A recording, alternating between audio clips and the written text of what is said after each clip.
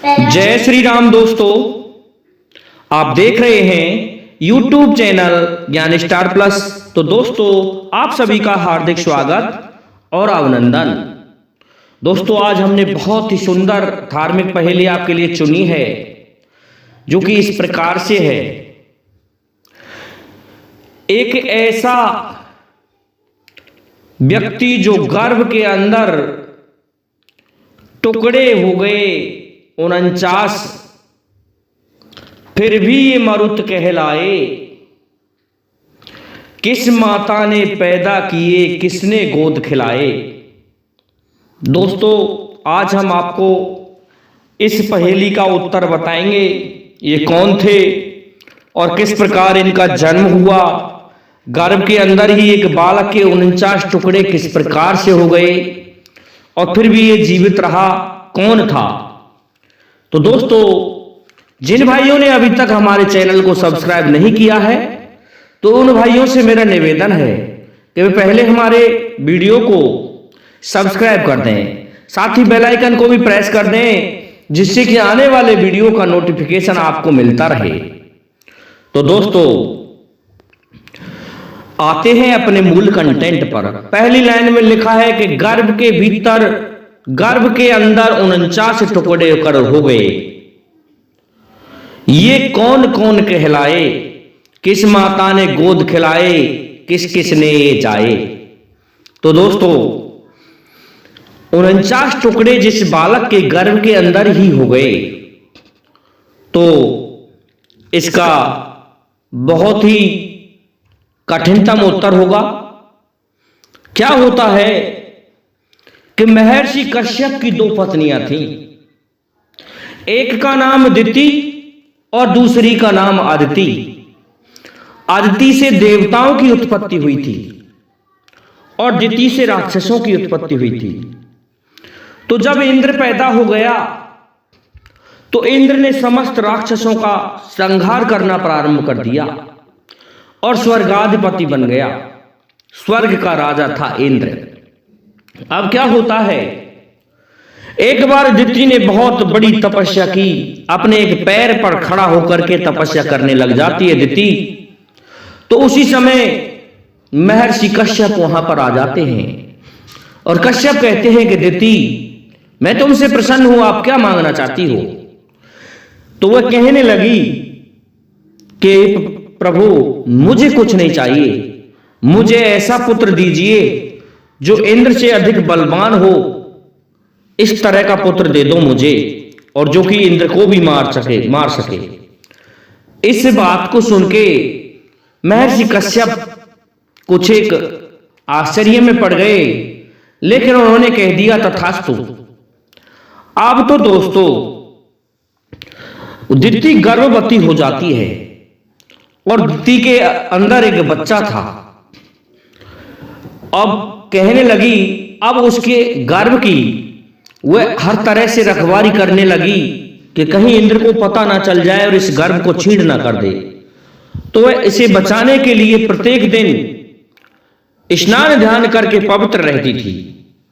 दोस्तों, जब तक वह पवित्र रहेगी, तब तक इंद्र उसके पास उस गर्भ को छीन करने के लिए नहीं आ सकता था, क्योंकि पवित्र के पास में कोई भी नहीं आ सकता है।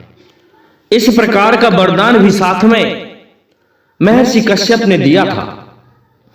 अब तो दोस्तों, प्रत्येक दिन की ये दिनचर्या चलती रही और जब गर्भ को 7वां महीना लग गया, तो एक दिन दिति ने आलस्य किया। आलस करने पर वह बिना स्नान ध्यान किए खा पी करके फिर से अपने बिस्तर पर सो गई। भोजन करके अपने बिस्तर पर सो गई। इंद्र को इस बात का पता चला कि आज जो दिति माता है, हमारी मौसी जो है, वह अपवित्र है और आज मुझे मारने वाले उस बालक को मैं समाप्त करके छोड़ूंगा। तो इंद्र ने क्या किया दोस्तों, आ जाता है इंद्र स्वर्ग से दिति के पास में। इंद्र ने देखा कि दिति सोई हुई है। उसकी दासी भी वहां पर उपस्थित नहीं थी उस समय। अब तो इंद्र ने मौका पाकर के अपने वज्र से उस बालक के गर्भ के अंदर ही 7 टुकड़े कर दिए। 7 टुकड़े होने पर वह बालक रोने लगा। अब इंद्र कहने लगा, अरे मां रोधी, अर्थात तू रो मत, अब तो रोना बंद कर दे। लेकिन फिर भी वह बालक रोने से बंद नहीं हुआ। जब वह रोने से बंद नहीं हुआ तो इसके पश्चात इंद्र ने सोचा कि यह अभी मरा नहीं है, तो 7-7 में से 7-7 टुकड़े और कर दिए। इस प्रकार से ये 49 टुकड़े हो गए उस बालक के। फिर भी उस बालक की मृत्यु नहीं हुई। इस प्रकार से ये 49 हो गए। जब वह गर्भ 49 टुकड़े हो गए तो बाहर आ जाता है। बाहर आने पर ये 49 हो गए। 49 के 49 दोस्तों अपनी मां से कहने लगे कि मां, तुमने हमारे साथ बड़ा अन्याय किया है, जो तुम अपवित्र होकर के बिना स्नान ध्यान किए और सो गई। यदि तुम इस तरह ना सोती तो हम 49 पहले एक ही थे और हम 49 इस तरह के होते कि हम इंद्र का वध कर देते।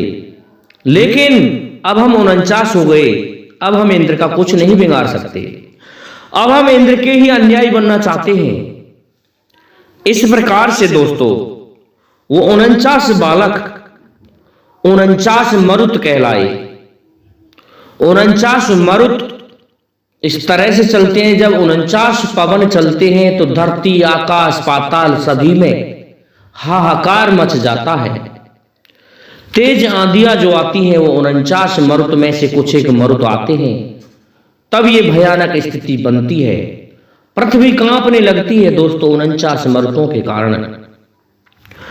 तो फिर से कश्यप जी आ गए। कश्यप ने कहा कि ये अब इंद्र के ही सहचर्य रहेंगे और जब तक ये नहीं चलेंगे तब तक किसी को भी वायु नहीं लगेगी। तो ये वायुदेव के सहचर मरुत कहलाए। इस प्रकार से मारुति सी मरुत बन गए, क्योंकि मरुत पवन को ही कहते हैं, लेकिन उनके 49 टुकड़े कर दिए गए थे। इस प्रकार से ये मरुत कहलाए और इनके बिना वायु बिल्कुल भी नहीं चल सकती है। इस प्रकार से दोस्तों ये कथा प्रमाणित है। ये स्कंद पुराण में भी मिल जाएगी। श्रीमद् भगवद गीता के अंदर 18वें पुराण के अंत में भीष्म पर्व से पहले ये कथा लिखी हुई है। वहां पर भी ये कथा मिल जाएगी श्रीमद् भागवत गीता में। दोस्तों गीता प्रेस गोरखपुर में मिल जाएगी, बंबई प्रेस की में भी मिल जाएगी। इस तरह से ये 49 मर्तों की कहानी हमने आपको सुनाई है। तो इस पहेली का उत्तर आपको मिल गया होगा कि एक ऐसा बालक 49 टुकड़े हो गए, 49 टुकड़े होने पर भी जीवित रह गया। तो ये कौन कौन कहलाए, किस माता ने जन्म दिया और किसने गोद खिलाए। तो मैं समझता हूं आपकी समझ में ये उत्तर आया होगा। इसलिए अब आप सभी से मेरा निवेदन है कि आप हमारे वीडियो को लाइक शेयर और सब्सक्राइब करें, साथ ही बेल आइकन को भी प्रेस कर दें, जिससे कि आने वाले वीडियो का नोटिफिकेशन आपको मिलता रहे। दोस्तों जय हिंद, जय भारत, जय जय श्री राधे, जय जय श्री राम।